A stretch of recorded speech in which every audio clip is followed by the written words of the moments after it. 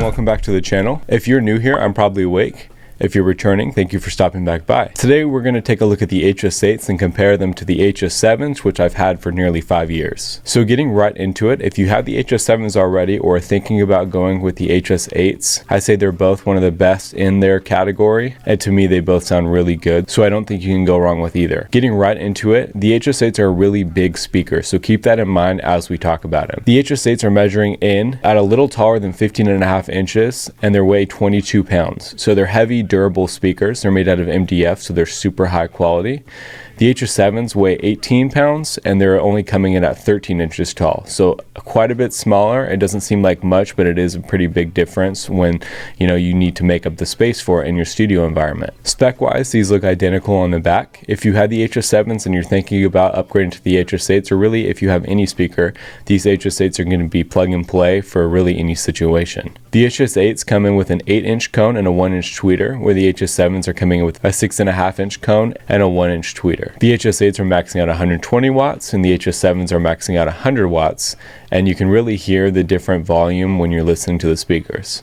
Naturally, the HS8s are a lot bigger, so you'd expect that out of them, but it is a pretty big difference when you're listening to it side by side. Price wise, the HS8s are coming in at $800 a pair and the HS7s are coming in at a more affordable $660, but in terms of how good these speakers are and the quality that you're getting with them, I don't think this is a reach for the price that they're listed as. I think these are both well worth it, and with my experience with Yamaha products, I know that they're durable and I know that they'll last, so I feel comfortable spending my money on them. So I wanted to get into some sound quality tests, and this test is just recorded with this Shure SM7B, as well as I'll alter between the camera audio, as you can just hear kind of what it sounds like, to a less perfect audio system. That way you can kind of decide which sounds better to you. Naturally, it's not going to be as big of a difference, or you're not going to be able to hear nuance in the speakers, but I think it'll give you a pretty good idea to how each sound, and I know I can hear it when I listen back to the tests on the speakers.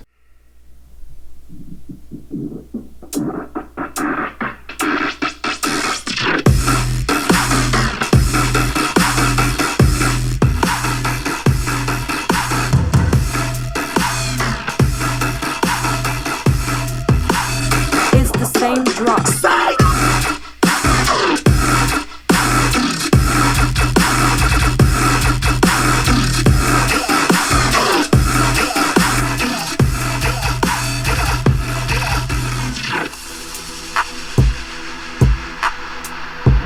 So in my opinion, it really depends on the room size for these speakers. They're both awesome speakers, but you don't want to put a really big speaker in a really small room and vice versa.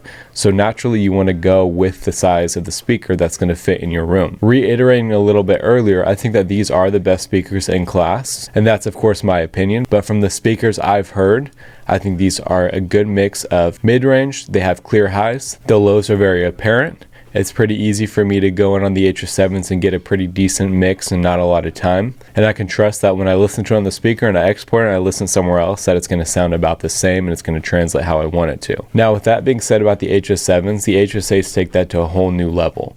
The HS8s have really good depth. The spatial space that you can hear the speakers in is phenomenal. It's almost like you can pick out certain things in the mix that feel closer or further away, and it just gives a whole new experience to mixing. I think in combination, these speakers are really awesome, but in terms of picking one for your room, pick it based on room size and go from there. Again, both of these speakers are phenomenal and I recommend them both. With all this being said, remember that the quality of the speaker is only going to be as good as the room that you're in. So if you're in a room that has echoes up and down all day, you're really not going to get that good of a speaker experience because the speakers are just echoing off the wall. So get your sound treatment dialed in along with the speakers and you'll have a really good experience, really, no matter if you choose the 7s or the 8s. With all this being said, if you're making a decision here in 2022, I hope that this helps you. If you have any questions about either speakers, leave them down below and I'll be sure to answer them. But again, thank you for watching the video and we'll see you again next week.